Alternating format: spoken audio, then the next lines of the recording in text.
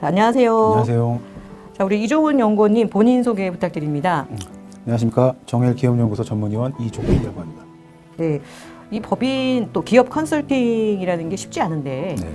자, 어떠한 경로로 우리 대표님들을 도와드리는 기업 컨설팅 분야에 이렇게 진입을 하게 되셨나요?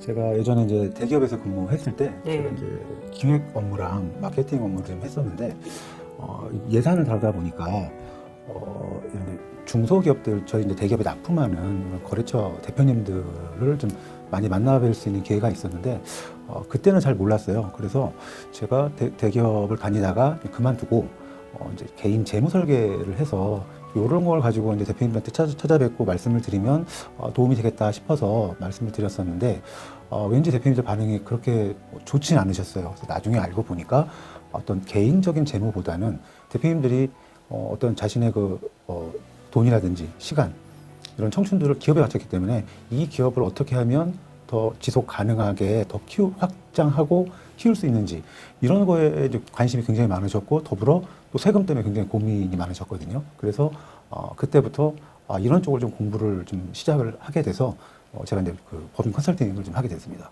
네, 어떻게 보면 이제 대기업에서 이제 거래처들 사장님들 네, 많이 네, 이제 네, 만나셨는데 네, 네. 그분들이 정말 필요한 게 이런 거겠구나. 네. 그래서 또 전에 근무하셨던 경험도 있고 하시니까 예, 예. 그런 걸 갖고서 또 이 일에 진입을 하게 된 거네요. 예, 예. 그러면 지금 몇 년 정도 하셨죠? 제가 한 10년 정도. 10년. 예, 예. 10년이면은 강산이 변한다는데 많은 대표님들 만나셨을 거 아니에요? 네, 많이 또 만나겠습니다. 대표님들의 고민도 많이 해결해 주셨을 텐데 예. 그동안 이제 컨설팅 하셨던 것 중에서 좀 가장 기억에 남는 컨설팅이나 프로젝트가 있었을까요? 굉장히 많은 그 컨설팅 종류들이 있는데 이제 저는 제일 좀 힘들지만 뿌듯했던 게 이제 명의신탁 주식들을 좀 환원을 해드렸을 때 절세를 하면서 그랬을 때 좀 가장 좀 보람이 있었던 것 같습니다. 내 건데 남의 이름으로 해놓은 거니까 예, 이제 그렇죠. 대표님들이 그 위험을 인지 못하는 경우도 많잖아요. 예, 굉장히 많습니다. 10년 가까이 하다 예. 보셨으니까 사실 그 명의를 다른 사람으로 해놓음으로 인해서 피해 본 사례도 많이 보셨을 거 아니에요. 굉장히 많이 봤죠. 네, 그래서 피해 보기 전에 좀 예. 그거를 알려드리고 네. 주인을 찾아드렸을 때가 제일 예. 보람이 있으셨다. 그렇죠. 예. 예. 보람 있는 일이네요. 예, 굉장히 힘들기도 하지만 네. 시간도 좀 걸리고. 그렇죠. 근데 막상 그렇게 일을 좀 완수하고 나면 굉장히 보람 있었던 기억들이 많습니다. 네. 그럼 연구원님 그 컨설팅으로 인해서 좀 큰 변화를 경험한 고객 사례도 있겠네요. 예, 그렇죠. 구체적으로 좀 사례를 하나 좀 소개해 주신다면. 여러 가지가 있는데 그래도 좀 기억에 남았던 게 그 대표님 같은 경우는 어디서 이제 명의신탁은 이렇게 해서 차명을 희소하면 된다라고 들으셔서 이제 법원 판결문을 이제 무변론으로 받으셨어요. 저를 만나기 전에. 근데 그게 이제 오히려 좀 발목을 잡는 게 돼가지고 좀 많이 꼬여 있었거든요. 그래서 그래도 세금을 최대한 절세를 하면서 약 한 8천만 원 정도 세금 내셨어요. 근데 그게 이제 부인됐을 때는 한 8억 원 넘는 세금을 내셔야 되는 상황이었거든요. 그러니까 대표님께서는 8천만 원 내도 좋으니까 여기서만 좀 막아주면 너무 고맙겠다라고 해서 이제 그런 작업들을 좀 해가지고 8천만 원, 8억 낼 거를 8천만 원으로 예. 마무리를 했으니까 7억 2천 예. 세금을. 그렇죠. 예. 네. 그래서 대표님도 거기에 대해서는 이제 흔쾌히 세금 기쁜 마음으로 내셨던 기억이 납니다. 우리 이종훈 연구원님의 컨설팅 철학, 뭐 거대할 수 있지만, 좀 그러니까 마음가짐, 다른 또 컨설턴트와의 어떤 차별화되는 컨설팅은 어떤 게 있을까요?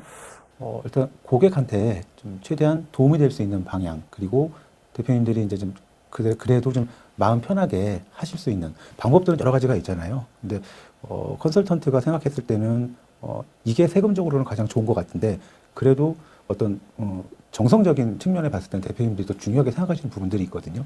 그래서 그거에 최대한 좀 맞춰서 거기에 플러스 절세를 가미해서 컨설팅하는 방향으로 저는 좀 컨설팅을 진행하고 있습니다. 네, 정성적인 부분을 우리가 이제 놓치기가 쉬운데 네. 그 부분이 우리 또 이종훈 연구원님의 강점이네요. 예. 네. 또 우리 이종훈 연구원님께 이제 상담 받고 싶어 하시는 우리 대표님들, 즉 이제 예비 고객님들에게 나한테 우리 이종훈 연구원님한테 컨설팅을 받으면 이런 효과를 기대할 수 있다. 그런 본인에 대한 컨설팅에 특화된 부분들 또 컨설팅 받으시는 효과를 좀 미리 말씀해 주신다면.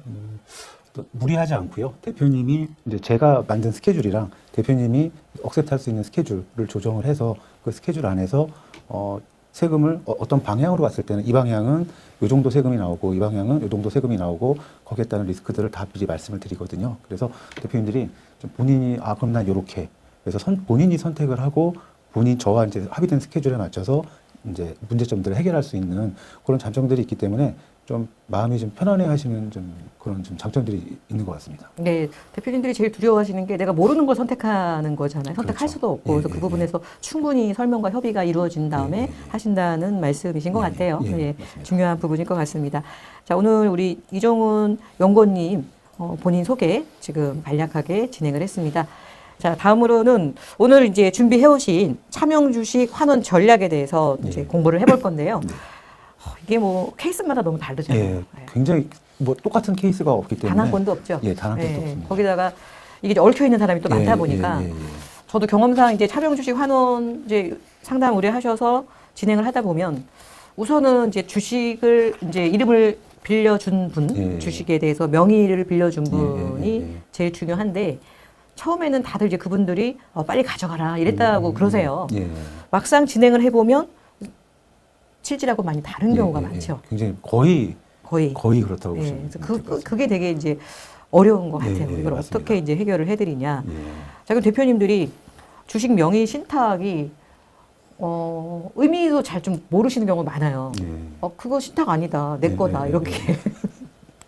일단은 자, 명의 신탁이 뭔가요? 명의신탁은 법인의 이제 실질 주주가 네. 제3자의 명의를 빌려서 주주명부상에 이름을 주주로 올려놓는 거거든요. 그래서 이제 우리가 쓰고 있는 주주명부라든지 혹은 이제 3월달에 법인세 신고할 때 주식 등 변동사항 명세서상에 주주가 올라가 있으면 그거는 그냥 명의신탁으로 보시면 될 것 같습니다. 네, 대표님께 아니라는 게 아니라 그러니까 이름이 딴 사람으로 되어 예, 있는 게 예. 신탁이에요. 그렇죠. 맡긴 적은 없다 그러셔도 예, 예, 예. 그게 이제 명의 신탁이다라고 보시면 되고.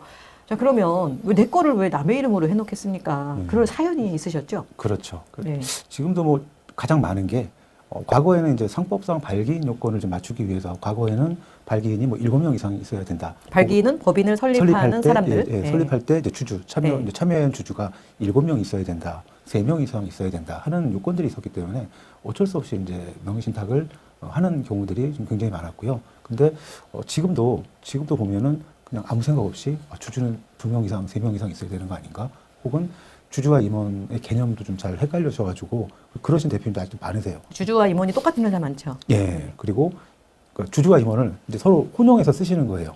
그래서 그렇게 보면은 여기 대표님 진짜 좀 잘 좀 저희가 좀 컨설팅해서 잘 좀 가르쳐 드려야겠다 일단은. 네. 그래서 저는 그런 대표들 보면은 조금 시간이 좀 걸리더라도 그런 거에 기본적인 교육은 좀 해드리는 편이에요. 공부를 먼저 시켜드리고 상법상 발기인 요건이 기간별로 좀 다르잖아요. 예. 그러니까 96년 9월 30일까지 전에는 7명이 있어요. 7명. 네. 7명이 없으면 법인을 못 세웠죠. 설립이 안 됐죠. 이게 96년 예. 9월 30일. 예. 그리고 그 이후에 2001년 7월 23일 요 전까지는 3명 이상 있어야 됐었거든요. 네. 그 이후에는 이제 1명 이상 있어도 됐는데 그 01년 7월 23일 이후에도 이런 법이 바뀐지 모르고 계속 이렇게 주주를 몇 명, 뭐 친구라든지 직원이라든지 이렇게 해가지고 주주의 이름을 빌려서 설립해 놓은 회사들이 아직도 굉장히 많습니다.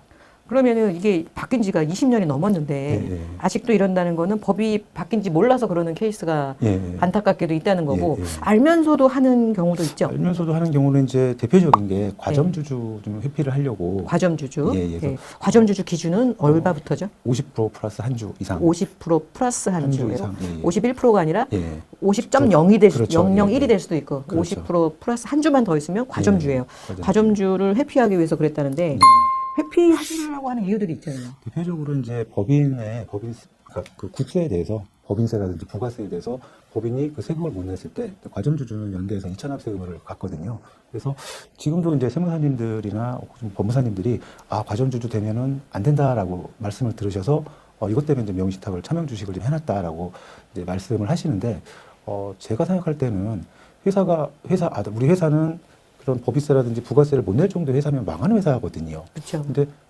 법인을 시작하시면서 회사를 시작하시면서 망하려고 하시는 대표님들은 없잖아요. 그래서 제가 볼 때는 이게 빈대 잡으려고 초과상관 태우는 게 같은 느낌이 많이 들어요. 지금도. 그렇죠. 망할 때 국세 못 낼까봐 예. 차명을 둔다는 그러면 거는 처음부터 시작을 하시지 말으시는 게 맞는 얘기인데 네. 그래서 너무 조그만 거에 대해서 큰 거를 잃을 수 있는 어떤 큰 세금 폭탄을 키우고 있는 그런 생각이 들어서 좀 그런 분들 보면 좀 많이 안타깝다는 생각이 네, 좀 그래서 들었습니다. 과점주의 어떤 책임이라고 하면은 회사가 국세 예. 체납을 하고 그렇죠. 이제 회사가 문을 닫게 되면 예. 과점주주들은 예. 지분만큼의 예, 책임을 예, 진다. 그렇죠. 네. 근데 실무상으로는 뭐 국세 체납하고 사업 자체를 할 수가 그렇죠. 없으니까 예, 맞습니다. 이런 일은 거의 가능성이 희박한데 예, 이것 때문에 예, 차명을 예. 두는 건 지금으로서는 아주 예, 어리석은 일이죠. 예, 네. 예. 또 어떤 경우에 대표님들이 차명으로 하시죠? 가장 또 많은 게 이제 그 당시에 대표님의 이제 신용상의 문제 때문에 법인 설립하실 때 본인 이름으로 못 그렇죠. 하시고. 본인 이름 못 하니까 뭐 친구라든지 가족 명의. 그래서 가족 명의는 난데 뭐 친구라든지 지인이라든지 직원 명의로 이렇게 하시는 분들은 나중에 이게 가족이랑 해결하는 것보다 가족 밖에 제3자랑 해결하는 게 훨씬 더 어렵거든요. 그래서 그런 것들도 그런 이제 좀 이유 때문에 명의신탁을 좀 해놓는 경우들도 꽤 있습니다. 네.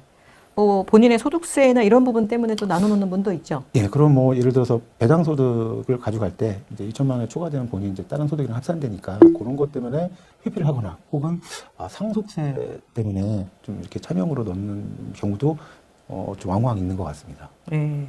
상속세 때문에라고 하면은 그 지분을 자녀로 해놓으셔야지 차명으로 그렇죠. 해놓으신 건 참. 그거 되게 네. 위험한. 그러네요. 예. 네. 자, 그러면 뭐 여러 가지 발생 원인으로 인해서 이미 이제 차명으로 해놓으신 분들이 있으실 텐데, 예. 자 이렇게 뭐 차명으로 해놔서 별일 없으면 될 텐데, 그렇죠. 네. 어떤 위험이 있을까요? 일단은 그 차명에 대해서 고민을 하시고 이제 걱정거리가 많으신 대표님들의 특징은 일단 회사가 잘된 회사들이에요. 그렇죠. 네. 설립해서 10년, 15년 지났는데도 계속 적자에 허덕이고 이런 회사들은 그 주식가치 별로 없잖아요. 그런 회사들은 별로 문제는 안 되겠지만 대부분들은 주식 가치가 잉여금도 수십억씩 쌓여 있고 주가도 30억, 40억, 50억, 60억 이상 되는 회사들.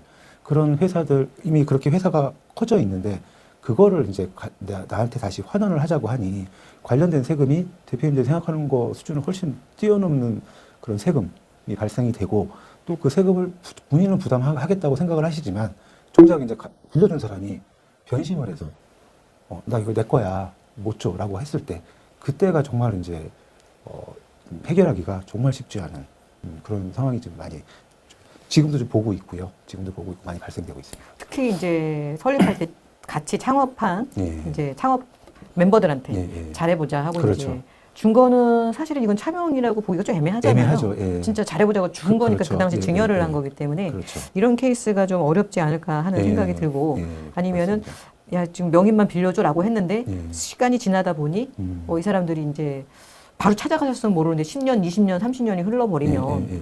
본인은 주려고 하는데 주변에서 그런 거 함부로 주면 안 돼. 막 그렇죠. 이제 그렇게 하더라고요. 그리고 본인이 이렇게 한 10년, 20년 가지고 있다 보면 본인 것 같다는 생각을 하시나 봐요. 그쵸. 10년을 넘게 갖고 있으면. 예. 네. 그래서 그런 경우는 참 그 명의신탁 주주를 이제 설득하는 게 쉽지는 않은 것 같습니다. 네. 지금 대법원 판례도 있는데 예. 차명 주식이지만 주주권을 행사할 수 있다는 판결이 예. 있었다면서요? 그렇죠. 그래서 주주명부상에 등재된 차명 주주라도 주주권 행사는 가능하다라고 이제 판결이 나와서 차명 주주의 입지가 더욱 견고해졌습니다. 그래서 보통 이제 대표님들이 차명 주식 해놓을 때 1%, 2% 해놓는 게 아니라 적게는 10%, 많게는 20%, 30%, 40%까지 해놓으시거든요. 그런 주주들은 자기의 주주권을 이제 통해서 대표이사나 사내이사 해임을 좀 청구할 수도 있고요. 차명 주식이어도 예, 그렇죠. 주주 명부에 있으니까 이게 있어도. 대법원에서 예. 인정을 해준다는 그렇죠. 거잖아요. 예, 주주권을 인정해줬기 때문에 이 사람들이 이사 해임을 청구할 수도 있고 회계장부도 열람할 수 할 수 있고 예. 생각보다 이 주주들이 할 수 있는 게 많잖아요. 예, 경영권 침해가 될 수 있는 요인들이 굉장히 많고 특히 이제 요즘에 이 차명 주주들도 좀 이런 부분들에 대해서 많이 알아서 저도 좀 작년, 재작년에 이런 경우들이 있었는데 이 특별이해관계인이라는 그런 그 법이 있거든요. 그래서 특별이해관계인은 주총을 통해서 어떤 안건이 나랑 특별한 이해관계가 있는 안건에 대해서는 나의 그 주주권이 배제된다는 그런 조항이 있습니다. 그래서 대표적인 게 주주이면서 임원인 내가 3월 달에 주총을 하면서 나의 올해 이제 그 급여 보수를 책정하는 그런 주총을 해야 되거든요. 그때 내가 가지고 있는 의결권은 다 배제가 됩니다. 그래서 혹시라도 이건 실제 있었던 일인데 차명주주한테 맡겨놨는데 한 30% 정도 맡겨놨는데 이분이 사업을 하시면서 좀 틀어졌어요. 그래서 나가시면서 그걸 가지고 좀 시비를 걸었어요. 당신은 의결권이 없고 그 70%는 그 대표님이 가지고 계신 70%는 의결권이 없습니다. 보수를 정하는 데 있어서. 그럼 나머지 차명주주의 30%만 의결권을 가지고 이제 있는 상황에서 내가 참석 안 하는 상황에서 당신 이거 한 거는 무효다라고 아직 소송까지는 안 들어갔지만 이렇게 소송 갈 수 있다라고 이렇게 좀 협박 아닌 협박을 받으셔서 좀 굉장히 스트레스만을 좀 받은 기억이 좀 있거든요. 그래서 대표님 입장에서는 뭐 그 인간적인 배신감, 그렇죠. 네, 그런 것도 크죠. 예. 왜냐면은 이 신탁이라는 거는 가장 믿을 만한 사람한테 해놓거든요. 근데 가족도 이게 시간이 지나면 조금 애매해질 수가 있는데 아무리 친한 친구고 이렇게 으쌰으쌰했던 이제 창업을 같이 했던 분이지만 10년, 15년 지나면서 사이가 좀 틀어질 수 있는 것들이 굉장히 많이 있거든요. 그럼요. 예. 그래서 대표님들이 처음에 이제 신탁을 했을 때는 얼마나 믿을 만한 사람한테 하셨겠습니까? 그렇죠. 그렇지만 시간이 지나면서 어떠한 변수가 있을지 모르는 상황이기 때문에 혹시라도 지금 이제 차명이 있으시다면 차명은 무조건 찾아와야 되는 그렇죠. 주식인 것 같아요. 네. 그래서 다른 어떤 거를 해결하는 것보다도 요거를 해결했을 때 대표님들이 내상이 좀 있으세요. 좀 상처 받으시거나 이런 부분들이 다른 거 이제 절세하는 것보다는 이제 좀 이런 일들을 좀 하다 보니까 좀 저도 좀 감정이 좀 들어가는 영역입니다. 이런 부분들이. 그 부분을 저도 이해할 것 같아요. 그러니까 나는 정말 믿었는데 네. 막상 회수하려고 하니까 그쪽에서 이제 적극적으로 협조를 안 하게 그렇죠. 되면 네. 그 마음의 상처가 굉장히 네. 크시더라고요. 네. 마음의 상처를 네, 받습니다. 나를 못 믿냐. 그러니까 이제 그렇죠. 그쪽 주주들은 뭐 물론 나쁜 주주도 있지만 나쁜 의도에서 그렇지 않은 주주도 예, 많거든요. 예, 예. 내가 그냥 덥석 줬다가 나중에 뭐 세금 이런 거 내가 내는 거 아니냐. 예. 주변에서 그런 얘기를 많이 들으니까요. 그렇죠. 네, 맞습니다. 그래서 이제 그런 부분을 조금 내가 알아보고 협조하겠다라는 것 자체가 너무 서운하신 예, 거죠. 맞습니다. 자, 또 명의 신탁을 했을 때 리스크 또 어떤 게 있나요? 그러니까 뭐 일단은 이제 변심이 있을 수 있고요. 변심. 그다음에 이제 명의 수탁자가 이제 사망했거나 네, 여기서 수탁자라 함은 명의 빌려주는 명의 사람을 빌려주는 우리가 사람. 수탁자라고 네. 표현하죠. 혹은 명의 신탁자 빌려주신 분이 또 대표님, 사망할 수도 대부분. 있으니까 이럴 때는 이제 판이 완전히 이제 다른 판으로 넘어가거든요. 그래서 이런 부분도 좀 비일비재하게 일어나는데 이제 명의를 빌려줬던 분이 돌아가셨는데 이제 뭐 상속세를 신고를 해야 되는데 세금을 뭐 얼마 안, 공제받는 거 다 공제받고 해서 세금을 한 몇 천만 원 안 내셨어요. 근데 한 6개월 있다가 주식이 20억이 있다고 해서 몇 억이 이제 상속세가 나왔거든요. 그러면 이제 그때 가족들은 그런 전후의 차명 이런 것들에 대해서 뭐 신경 쓸 겨를이 없이 일단 상속세 내야 되니까 이거를 이제 다시 당신이 회사에서 어떻게 해달라라고 요구를 할 때 이거 사실 내 거야라고 이제 주장을 해도 이게 그 유가족 입장에서는 그걸 받아들이기가 쉽지 않거든요. 그럴 때 굉장히 좀 경영권에 심각한 그 침해가 일어나는 경우들을 많이 봤습니다. 그래서 다 회수를 못 하시고 일부 양수도로 사오시고 또 일부는 직원으로 채용해서 뭐 급여를 주신다든지 배당을 계속 어쩔 수 없이 주신다든지 이런 식으로 해서 그냥 가시는 경우들도 제가 봤거든요. 네, 그러니까 유가족 입장에서는 뭐 그 돌아가신 분이 네. 돌아가실 때 유언으로 그렇죠. 사실은 나한테 이런 네, 주식인데 이건 내 게 아니야 이러고 그렇죠. 가시는 분은 그렇게 네. 드무니까 네. 가족 입장에서는 뭐 우리가 상속세를 네. 내야 되는 자산이라면 그렇죠. 당연히 이제 우리 네. 아버지 어머님 거라고 생각을 할 수가 그렇죠. 있으니까 네. 일단은 이제 그 명의 빌려준 분이 돌아가셨다. 그러면 명의 신탁 주식은 가족에게 이제 승계가 되는 거잖아요. 네, 그렇죠. 상속 자산으로 예. 상속세가 나올 거고 예. 그분들은 그 주식을 이제 사가라. 예. 돈 주고 사가라. 예, 그냥은 못 사달라. 준다. 예, 예, 그렇죠. 이렇게 되는 거죠. 예. 뭐 그 외에도 여러 가지 요구들을 예. 할 수 있기 때문에 예. 대표님 입장에서 정말 신경 안 써도 될 그렇죠. 신경과 고통을 예, 예, 예. 당하시니까 진짜 마음고생이 심하실 것 같아요. 거기까지 가면은 저는 안 된다고 봐요. 그 전에 해결을. 근데 뭐 사망이라는 건 우리가 예측이 불허하니까 예, 그렇죠. 저도 일하면서 뭐 몇 건 있었어요. 예, 예, 예. 돌아가신 케이스가. 자, 그러면은 이 경우에 또 새로운 명의신탁으로 볼 개연성도 있다고 정리해 주셨는데 예, 예. 어떤 경우에 이거 새로운 명의신탁으로 볼 수 있을까요? 그러니까 우리가 명의신탁이었다고 주장을 하게 되면 그 과거에 우리가 명의신탁이었음을 입증을 해야 되는데 그걸 입증을 못하게 되면 이 당시에 증여를 한 걸로 봐서 명의신탁 그 당시에 이제 주가로 증여세를 과세를 하게 되는데 한번 바뀌었잖아요. 이제 명의신탁 이제 신탁자에서 가족으로 그럼 또 한 번의 명의신탁으로 봐서 증여세가 나올 가능성이 굉장히 많습니다. 네. 그러니까 처음에는 내가 이제 사업하는 친구한테 명의를 좀 빌려줘. 예. 그래서 이제 A라는 친구한테 했는데 그 당시는 이제 주가가 낮았겠죠. 예, 예. 그때 A라는 친구가 사망을 해서 예. 30년 후에 가족들이 예, 이걸 예. 받았다. 근데 예. 1만 원짜리가 뭐 100만 원이 됐다. 예. 그러면 그 시점에서 이제 2차 증여로 예, 보는 예. 거잖아요. 그렇죠. 예. 우리가 증자도 예, 마찬가지고. 마찬가지고요. 예. 그래서 사실은 이제 명의 신탁이 딱 한 번만 신탁을 했으면은 세금이 미미하잖아요. 미미하죠. 네, 예, 근데 예. 이게 이제 재차 예. 뭐 증자를 했다거나 재차 예. 또 예. 옮겨갔을 주주가 때 좀 바뀌었다든지. 그 당시에 예. 주가로 예. 증여세를 계산하다 보니 예. 몇 번 주식 옮긴 회사들은 이게 뭐 굉장히 많이 나옵니다. 신탁해지 세금이 굉장히 예, 크죠. 예, 예, 예. 증명을 한다 할지라도. 그렇죠. 예. 자, 이번에는 이제 그 명의 빌려준 분 말고 예. 명의를 빌린 분, 예. 수탁자라고 저희가 하죠. 예, 예. 빌려주신 분, 돌아가신 거 말고 예. 또 신용상의 문제. 그렇죠. 예. 그분 이제 뭐 빌려주신 분한테 보통 이제 빌려줬는데 그분도 이제 직원으로 있다가 나가서 사업을 하는 경우들이 꽤 있거든요. 처음부터 이제 사업을 하신 분도 있었고, 근데 그분 이제 회사가 잘못돼서 이제 신용에 문제가 생기게 되면 우리 회사 주식에 압류가 들어오거든요. 그러면 어떤 뭐 입찰이라든지 이제 아니면 대기업 이제 벤더로서 납품을 해야 되는 문제들에서 이제 신용상에 좀 심각한 문제들이 발생할 수 있기 때문에 그런 부분들도 굉장히 큰 리스크라고 생각을 하고 있습니다. 예. 실제 사례도 저도 봤는데 그 현대 벤더, 예. 예. 현대 벤더들은 사업자 번호가 바뀌면 안 되더라고요. 예, 맞습니다. 근데 조카 때문에 이제 음. 신용상의 문제가 발생해서 회사 주식에 압류가 들어왔는데 예. 회사 없앨 수도 없고 그렇죠. 그 사업자 번호가 아니면 예, 벤더가 예, 할 수 예, 없으니까 예, 예. 그래서 이러지도 저러지도 못하는 회사는 굉장히 예, 커졌는데 예. 그래서 이름 빌려준 음. 수탁자의 신용상 문제도 예. 리스크가 굉장히 그렇죠. 크겠네요. 예, 굉장히 큽니다.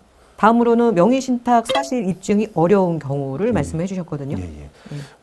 보통은 제가 이제 이 일을 하다 보면 한 반 정도는 이게 가장 큰 그 증빙이 이제 명의신탁할 당시에 돈이 누구한테서 나갔냐 하는 거거든요.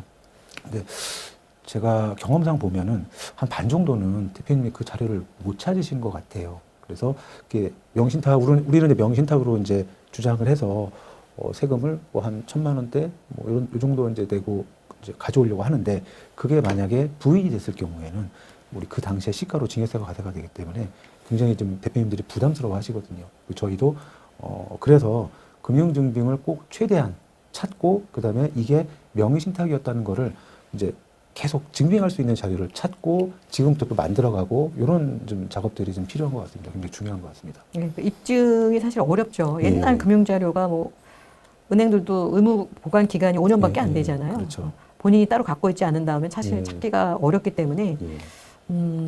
말씀하신 것처럼 정말 없다. 예. 없다라면 지금부터라도 준비를 그렇죠. 하셔야 되는 예. 게 시간을 조금 더 두고서라도 예. 예. 중요할 것 같네요. 예.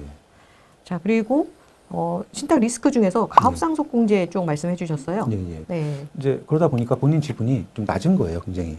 그래서 우리가 가업상속공제 요건을 받으려면 이제 올해부터 이제 세법이 개정이 돼서 40% 이상 좀 내가 낮아졌죠. 이제, 예, 네. 낮아졌지만 그래도 40% 이상 가지고 있어야 되는데 그 요건을 못 채우는 경우들도 종종 있습니다. 그러니까 내 가족들이랑 다 합산한 지분이 30%밖에 안 되고 나머지 70%가 이렇게 맡겨놓은 주식들 이런 경우들은 이런 혜택을 좀 받을 수가 없겠죠. 상속공제를 못 받을 수도 있다. 예, 예, 지분 예. 때문에. 왜냐하면 예. 신탁 주식은 증등을 못하면 예. 내 거로 인정을 안 해주니까. 그렇죠. 예. 명의신탁을 그러면 위험한 건 알았어요. 그럼 예. 이제 찾아와야 되잖아요. 그렇죠. 예, 그 찾아오는 방법은 어떤 게 있나요? 여러 가지가 있는데요. 뭐 처음에 말씀드렸듯이 이제 이게 명의신탁이었다는 거를 이제 입증을 해서 가져오는 거가 제일 좋은 방법이고요. 그게 이제 힘들다고 하게 되면 이제 그 특수 관계, 그 명의신탁 수탁자랑 이제 관계를 봐서 증여를 받아올 수도 있고, 혹은 양도로 받아올 수도 있고, 그게 안 되면 이제 뭐 자기 주식이라든지, 또 요즘에는 또 일부 사내근로복지금이라든지 이런 부분들을 통해서 좀 일부는 가져올 수가 있는데 세무 리스크가 전혀 없다라고 하기에는 좀 이렇게 말씀드리기 힘들 것 같고, 이런 경우들은 여러 가지 이제 내가 명의신탁이 입증이 힘들다고 하면은 여러 가지 방법을 써서 최대한 절세를 하면서 가지고 올 수 있는 방법들을 좀 찾아보셔야 될 것 같습니다.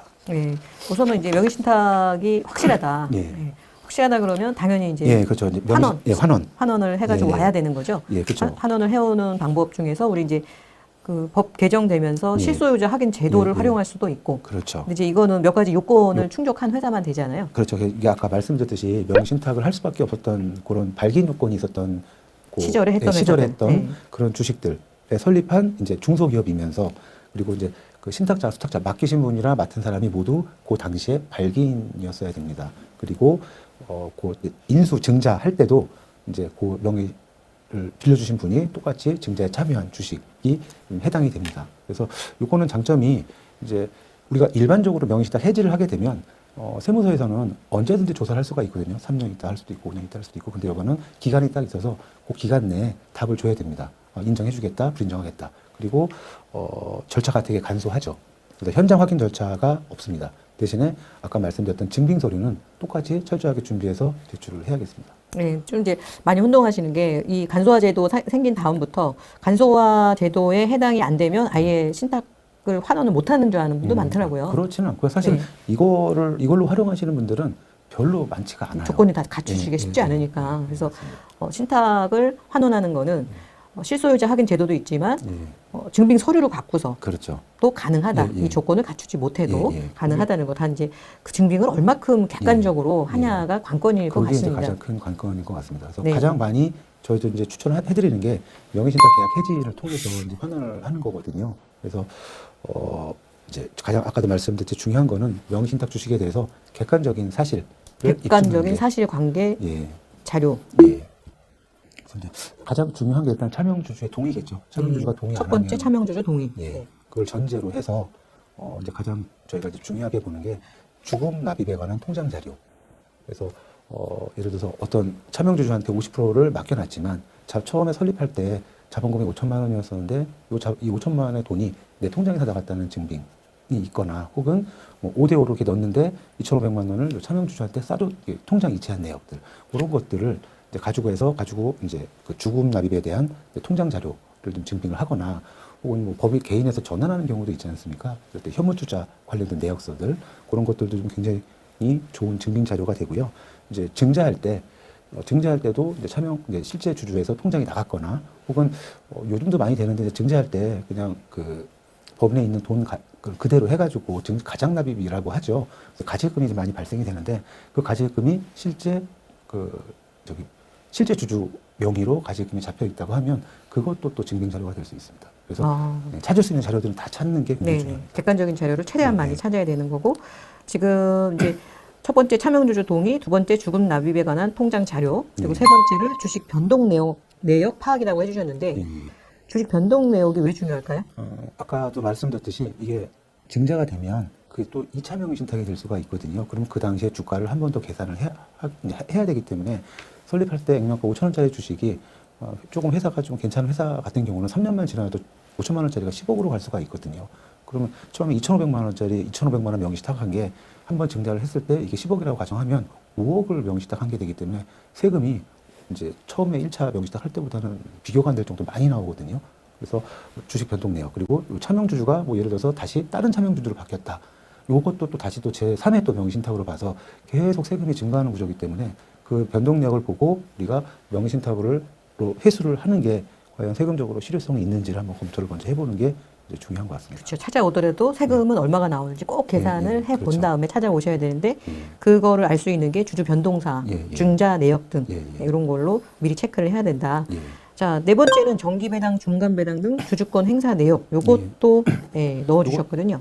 요것도 이제 굉장히 중요한 증빙이 되는데 이제 내가 실제 주주였다는 걸 증빙을 하기 위해서는 이렇게 어차피 그 배당이란 게 원칙은 이제 차등 배당이 아니라 균등 배당이기 때문에 5대5였다면 5대5를 해서 내가 5천만 원을 배당을 했다고 하면 2,500만 원씩 이제 배당을 했을 거잖아요. 그 내역을 그 배당한 거를 차명주주한테 이렇게 회수한 내역, 통장 자료로 이렇게 회수한 내역이 있으면 이것도 이 사람이 명의신탁한 주식이 맞구나라고 입증받을 수 있는 근거 자료가 될 수가 있고요. 또 이제 차등 배당을 할 수가 있겠죠. 이 사람이 50% 주주인데 나만 받은 거예요. 그럼 이것도 간접적으로 이 사람이 실제 주주이기 때문에 다 받았겠구나 하는 것들 과거의 내역 혹은 없다면 지금부터라도 좀 만들어가서 그런 내용들을 좀 만들어 놓는 것도 좀 중요한 자료로 활용할 수가 있습니다. 네네. 자, 또 여기 명의신탁 환원 방법 또 아주 자세하게 이렇게 정보를 주셨는데 이 내용 좀 그러니까 이거는 뭐 사실 차명주주가 이거 내 거라고 우기는 경우도 굉장히 좀 활용할 수가 있는 건데 실제 주주 차명주주가 자신의 주식이 차명임을 밝히는 데 문자나 통화 이런 것들을 증빙을 확보해 놓는 거거든요. 그래서 이제 가장 좋은 거는 차명주주가 이제 실제 주주한테 좀 화를 내면서 통화하는 내역들이죠. 네가 이거 맡겨놓은 것 때문에 내가 불안해서 못 살겠다. 뭐 예를 들어 빨리 가지고 와라. 혹은 뭐 문자로 야, 내가 너한테 맡겨놓은 주식 어떻게 내가 해줄 테니까 이제 좀 가져와야겠다. 그동안 고마웠다. 이런 부분들, 이런 것들이 실제로는 재판에 가서도 중요한 증빙으로 쓰일 수도 있습니다. 네. 좀 다른 서류가 미비한 회사들은 예. 이런 것도 또 하나의 소중한 예, 그렇죠. 증빙 자료가 되니까. 예, 예. 네. 그리고 여섯 번째 주주총회 포괄 위임장 작성. 예, 그래서 이것도 이제 명의신탁할 당시나 혹은 나중에 그걸 못 만들었다 하더라도 그 이후에 차명주주가 실제 주주에게 주주로서 모든 권한, 위임을 다 실제 주주한테 위임한다는 내용의 그 포괄 위임장을 작성해 놓는 것도 좋은 방법이겠습니다. 네. 일부 주식 양도 후 대금 회수 및 양도세 및 증권거래세를 실제 주주가 납부해 준다. 예, 이런 것들은 사실은 이제 정말 방법이 없어서 방법 찾다 안 돼서 이런 것도 한번 좀 해봅시다라고 하는 건데 뭐냐면 일부 이제 그 대금을 양수도를 통해서 돈을 주고 그다음에 양도세도 내고 증권거래세 낸 다음에 이렇게 다시 양도 대금을 양수 대금을 이렇게 회수를 해오는 겁니다. 회수를 해오고 실제 주주가 다 납부를 하고 그러면 국세청에서는 이걸 보고 야 이거 명의신탁 아니야 너네? 그러면 우리가 저도 명의신탁으로 인정을 받으면 세금을 좀 적게 낼 수 있는 부분들이 있거든요. 그래서 좀 아주 많이 사용되는 방법은 아니지만 방법이 없으면 이런 부분들도 한번 했던 그 실제 사례도 있고요. 네, 그러니까 그런 너무 부분. 자료가 너무 없다. 우리 증빙할 왜냐하면 우리가 신탁이라고 이제 환원을 신청할 때는 우리가 신탁이라는 걸 그렇죠. 증명을 해야 예, 되는 예, 거고. 예, 예. 그다음에 이제 국세청에서 할 때는 이제 국세청에서 뭔가 증거를 잡는 예, 건데 예, 예. 어떻게 보면 증거를 좀 흘려주는 그렇죠. 전략인 거네요. 예. 네. 그래서 근데 이제 잘해야겠죠, 이런 건. 굉장히 치밀하게 잘해야 네, 됩니다. 네. 그래서 그런 부분이 있고요. 네. 금융 증빙이 부족한 경우에 또 명의 수탁자가 차명 주식임을 부인한 경우에 또 부인당한 그런 사례도 뭐 그렇죠. 그럴 때는 이제 명의 수탁자가 이거 내 거다라고 이제 주장을 하게 되면 명의딱 해지로는 못 가져오는 거거든요. 뭐 정상적인 양수도라든지 이런 것들을 통해서 가져와야 되는데 관련된 세금뿐만이 아니라 실제로 들어간 돈이 만만치 않기 때문에 좀 쉽지가 않거든요. 이럴 때는 정말로 이제 법원에서 치열한 논쟁을 통해서 법원 판결을 받는 거죠. 그러니까 우리가 이제 걸석 재판, 그러니까 무변론 재판이랑은 이제 다른 겁니다. 실제로 양쪽에서 변호사를 대동해서 몇 차례에 걸쳐서 치열한 논쟁을 거치면 거기 판결문에 그 논쟁 내용이 나오거든요. 그러면 그거는 굉장히 큰, 이게 정말 차명 주식이 맞았구나 하는 부분들을 인정받을 수가 있습니다. 그래서 그런 것도 좀 고려해 볼 만한 사항인 것 같습니다. 네. 그래서 본인이 본인 거라고 주장을 하면 그냥 환원은 해오기가 어려우니까 그렇죠. 그때는 예, 예. 이제 실질 소송을 예, 서로 예. 이제 해서 다퉈봐야 예, 되는 예, 거잖아요. 예. 이 부분도 저희는 전에 진행할 때 좀 변호사님이 오해하고 계셔서 차명 주주가 본인 거라고 하면 찾아올 방법이 없다. 이렇게 잘못 알고 계시더라고요. 그래서 아까 말씀드린 그런 어떤 통화 녹취라든지 문자 자료들 이런 부분들이 굉장히 큰 소송을 할 때는. 소송을 할 때 네. 이제 제가 변호사님한테 들었거든요. 그게 굉장히 큰 증빙 자료가 될 수 네, 있다. 그러니까 이것도 차명 주식을 전문적으로 하시는 변호사님들은 아는데 일반 예. 변호사님들은 예, 그럴 이제 수 모르시다 있습니다. 보니까 예, 예. 잘못 알고 있는 예, 예. 경우도 많더라고요. 예. 네, 그러면 이제 이거는 정상적으로 우리가 명의신탁 환원이라는 예. 방법을 통해서 가져오는 거고, 아까 첫 번째 체크사항 중에서 그 명의신탁, 즉 이름을 빌려준 수탁자가 부인을 하는 경우, 예, 예. 아니다, 이거 예. 원래 내 거다. 그러면 예. 사실 환원해올 수 있는 방법이 예. 좀 용이하지 않으니 그렇죠. 이때는 좀 다른 방법들을 써야 되잖아요. 예, 예. 네. 그럴 때는 어떤 방법들을 주로 많이 활용하나요? 그럴 때는 이제 양수도라든지 네. 혹은 이제 양수도하게 되면 이제 대표님이 이제 이제 대금을 주셔야 되는 거니까 굉장히 부담될 수 있거든요. 그렇죠. 그래서 이제 자기 주식을 통해서 회사에서 좀 매입하는 방법들을 좀 활용하는데 이 자기 주식으로 취득하게 되면 우리가 이제 약간의 고저가 거래도 좀 가능한데 그걸 할 수가 없거든요. 그래서 시가 그대로 이제 가져와야 되기 때문에 대표님 입장에서도 쉽게 결정을 잘 못 하시더라고요. 이렇게 많이 주고 돈을 그런 부분도 있고요. 그래서 그것 빼고는 실질적으로는 이제 그 양수도 차명주주와 협의가 좀 된 가격으로 일정 부분 좀 협의된 가격으로 양수도를 통해서 가져오시는 방법이 있는데 그 방법들은 예를 들어서 이제 시가 우리가 이제 국세청에서 평가하는 주식이 20억인데 우리가 뭐 세법에 좀 맞게 이게 안 걸리는 선에서 한다고 하더라도 한 10수억은 또 그대로 들어가야 되거든요. 돈이 왔다 갔다 해야 되고 그 돈을 좀 마련하기도 쉽지 않고 그리고 그렇게 주겠다고 하시는 대표님도 저는 아직 못 봤어요. 시가내로는 안 주시죠. 예, 예. 그래서 그래서 제일 이제 그런 회사들은 중요한 게 주가 관리를 해야 됩니다. 주가 관리를 해서 주가를 좀 현재 주가가 50억이라고 하면 최대한 낮춰서 30억까지 뭐 낮춘 다음에 예를 들어서 그래서 그리고 나서 좀 거래를 통해서 가져오는 방법들 그 하나의 프로세스가 더 필요할 것 같아요. 네. 예. 또 어떤 대표님들은 이거를 쉽게 생각해서 그거 뭐 그냥 싸게 사오면 되는 거 아니냐 예, 예, 예. 이렇게들 생각을 하시는 경우가 있어요. 또 기장 세무사님이 아예 그냥 그 특수관계는 예, 예, 아니니까 예, 예, 그냥 예. 싸게 사오세요. 예, 예. 근데 이럴 때의 리스크도 있잖아요. 그게 굉장히 많죠. 그래서 그렇게 해서 사실은 이제 우회로 양수를 하거나 저가로 액면가 비슷하게 양수를 좀 많이 하시는데 제가 알기로는 한 3년에서 5년 사이에 그러니까 예전에는 운 나쁘면 걸릴 수도 있다고 했는데 요즘엔 운 좋으면 넘어갈 수도 있다로 바뀐 것 같아요. 웬만하면 다 소명서가 나오더라고요. 그리고 특히 2016년도에 명의신탁 주식 통합 분석 시스템이라는 국세청에서 전산 프로그램을 만들어가지고 최근 5년 동안 그걸로 약 1,700명을 조사해서 1조 1,230억을 추징을 했거든요. 그러면 이 세금이 굉장히 많이 발생된다는 걸 아실 수 있을 거예요. 그래서 함부로 좀 하기에는 좀 쉽지 않고요.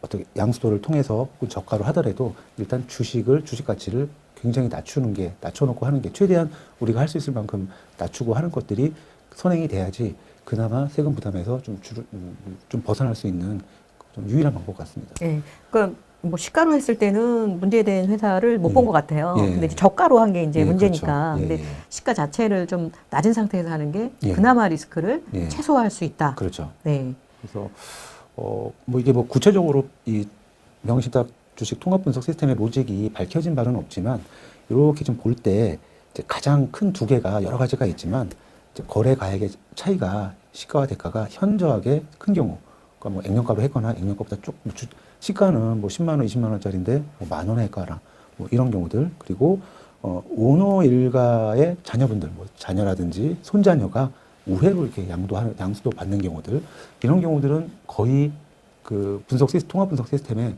이렇게 추출되는 것 같더라고요. 그러니까 이게 외부에 밝혀진 로직은 아니지만 경험상 보면 네. 거의 그런 것 같아요. 그래서 그런 경우들은 특히 좀 조심해야 될 것 같습니다. 특히 이제 상속받을 자녀나 손자녀가 양수해 오는 거는 시스템에서는 바로 걸리는 것 같아요. 그렇죠. 네, 그래서 실질 거래라면 뭐 문제가 없겠지만 그렇죠. 이게 가장 거래라고 한다면 제가 조사관이라도 그렇죠. 잉여금이 몇십억 쌓여 있고 주가가 20만 원짜리 주식을 왜 남한테 액면가로 주지? 당연히 의심 받을 수밖에 없죠. 상식선에서 합리적인 의심. 예, 네. 예, 예. 그래서 명의신탁인데 이게 어디서 들어보니 그냥 특수관계인 아니니까 저가로 거래가 된다더라. 거래를 할 수 있는 건 맞죠. 맞습니다. 그러나 맞습니다. 차명을 이렇게 거래했을 경우에는 예, 정말 그 차명에 대한 예. 그 세금뿐만이 아니라 그 거래 자체를 또 2차 신탁으로 보게 되면 예, 예. 상상을 초월하는 세금이 나오기 예. 때문에 그냥 충분히 우리 회사 컨디션에 맞게 예. 그 수탁자만 변심 안 했다면 가져올 수 있는 거를 예. 이런 식으로 저가 예. 양도해서 피해를 보는 회사들이 많이 예. 있죠. 그래서 요즘에 특히 이제 자녀법인을 통해서 이렇게 양수도 우회로 가져오시는 분들이 좀 계신데 그거 혹시 잘못하면 세금이 더 커질 수 있거든요. 여러 가지 세금들을 맞을 수 있습니다. 되게 지분도 그거 하기 전에 지분 구조도 좀 잘 만들어 놓으셔야 되고 주가도 충분히 떨어뜨려 놓으셔야지 혹시라도 부인 당했을 때도 내가 견딜 수 있는 세금으로 커버할 수가 있거든요. 그래서 주가를 조정하는 게 가장 저는 중요한 단계라고 봅니다. 그러니까 항상 어떤 이제 절세를 했을 때 뭐 최악의 상황에서도 우리가 피해를 최소화하는 그렇죠. 것까지를 예, 예. 같이 컨설팅에 이제 포함을 시키시는 것 같아요. 저는 그게 제일 중요하다고 생각합니다. 네. 자, 우리 그 명의신탁 환원 사례도 많이 있죠? 예, 많이 있고요. 이제 요거 이제 부인된 사례 저게 이제 한 가지 좀 말씀을 드리고 싶은 네. 건데, 이제 차명 4명한테 이렇게 차명을 이렇게 해놨는데, 요거는 이제 실명이랑 이제 가족들을 가져오셨어요. 가져와서 근데 대신에 담당 세무사가 커버할 수 있는 영역이 이렇게 주주, 대표님, 가족이고 그 이외 차명주주들은 오래됐기 때문에 좀 멀리 떨어져 사시고 이렇기 때문에 여기까지 커버할 수가 없거든요. 근데 국세청에서는 금융자료에 대한 증빙은 우리보다 훨씬 더 많이 가지고 있고 세밀하게 가지고 있지 않습니까? 그래서 그 자료를 근거로 해서 차명주주들은 이제 추궁을 한 거죠. 그러다 보니까 차명주주들은 의외로 쉽게 이렇게 얘기를 해요. 맞다. 그럼 뭐 이제 그다음부터는 어떻게 얘기할 수 있는 부분이 없거든요. 그래서 추진된 사례가 있었고요. 이런 사례가 제일 많습니다. 차명주주가 이거 내 거 아니었습니다라고 실토를 해버렸을 때.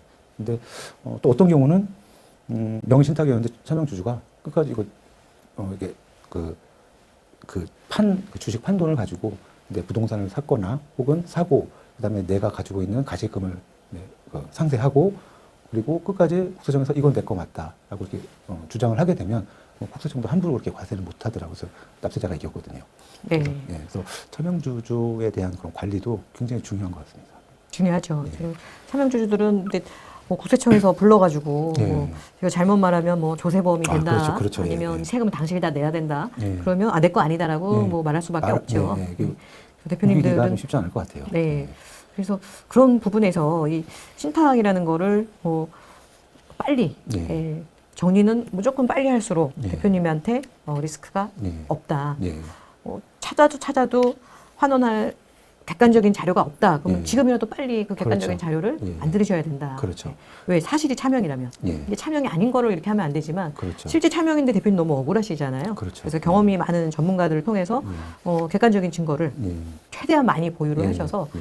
국세청에서 봤을 때 이 차명 맞네 이렇게 이해가 예. 가면 되는 거잖아요. 그렇죠. 그래서 아까 말씀드린 제가 이렇게 명의신탁 증빙 자료가 다 있어야 되는 건 아니고요. 한두 가지가 조금 좀 모호하거나 좀 불리하더라도 그거보다 많은 5가지, 6가지가 좀 확실한 증거가 있다고 하면 그거 갖고 우리가 이길 수 있거든요. 그래서 이런 것들은 좀 최대한 좀 경험이 많은 세무사님이라든지 컨설턴트를 통해서 시간을 좀 어느 정도 갖고 좀 해결하시는 게 저는 가장 중요하고 좋은 방법이라고 생각합니다. 네, 그래서 이런 이제 절세 컨설팅에서 이제 프로젝트 매니저님 지금 연구원님들이 반드시 필요한 게 세무사님들이 당연히 이제 세금을 계산해 주시고 신고를 해 주시는데 이런 수탁자를 만나서 협의를 한다거나 이런 부분에서는 협상 능력이나 이런 거는 그렇죠. PM 우리 연구원들이 훨씬 탁월하기 때문에 전반적인 전략을 짜고 이렇게 또 대표님의 입장에서 같이 해야 될 전체를 주의할 이런 전문가는 꼭 필요할 것 같더라고요. 그렇죠. 네네.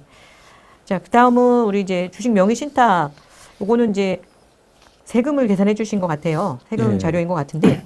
자, 주식 명의 신탁을 해지할 때 대표님들이 그러면 해지할 때 세금을 그러면 어떤 식으로 계산을 하는지 또 궁금하실 것 같은데. 그래서 뭐 좀 최대한 간단하게 네. 정리를 해보려고 했는데 쓰다 보니까 조금 복잡해진 거는 같아요. 근데 예를 들어서 이제 설립 당시에 우리가 1억짜리 주식 회사를 차명주주 2명한테 50%를 이렇게 맡겨놨다.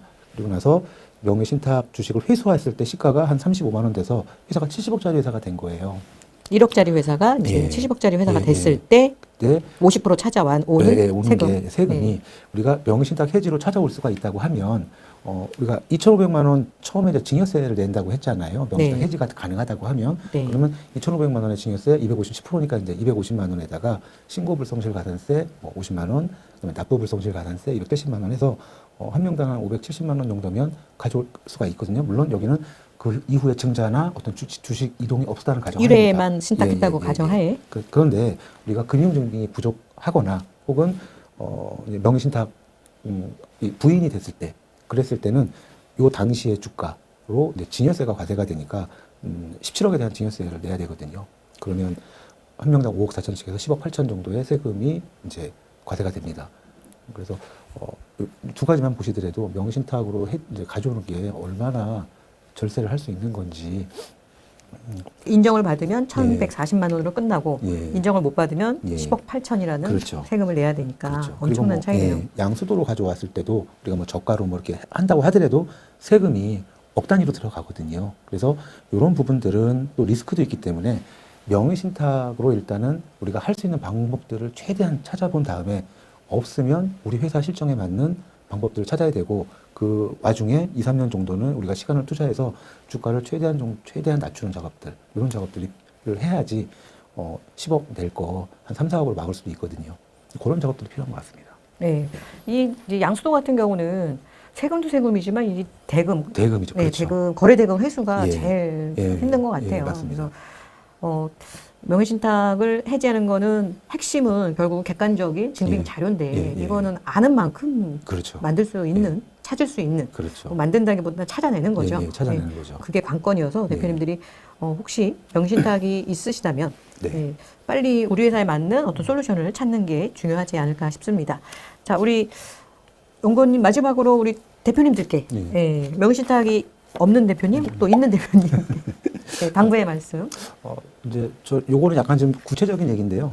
사실은 이제 명의신탁이 부인이 돼서 세금을 내셨던 대표님이 계세요. 한 6억 정도 내셨는데 이제 저희가 이거 명의신탁임을 입증을 할 수는 없었지만 주가를 좀 조정을 해드린 적은 있었거든요. 거기가 이제 보통 대표님들이 이렇게 회사마다 직원들 DC형 퇴직연금을 가입해 주신 대표님도 계시고, 혹은 DC가 아니라 일반 그냥 DB라든지 혹은 퇴직금제도 운영 안 하시는 대표님도 계시고, DC를 하셨다고 하더라도 내 퇴직금도 이제 그 주가를 계산할 때 부채로 좀 넣을 수가 있거든요.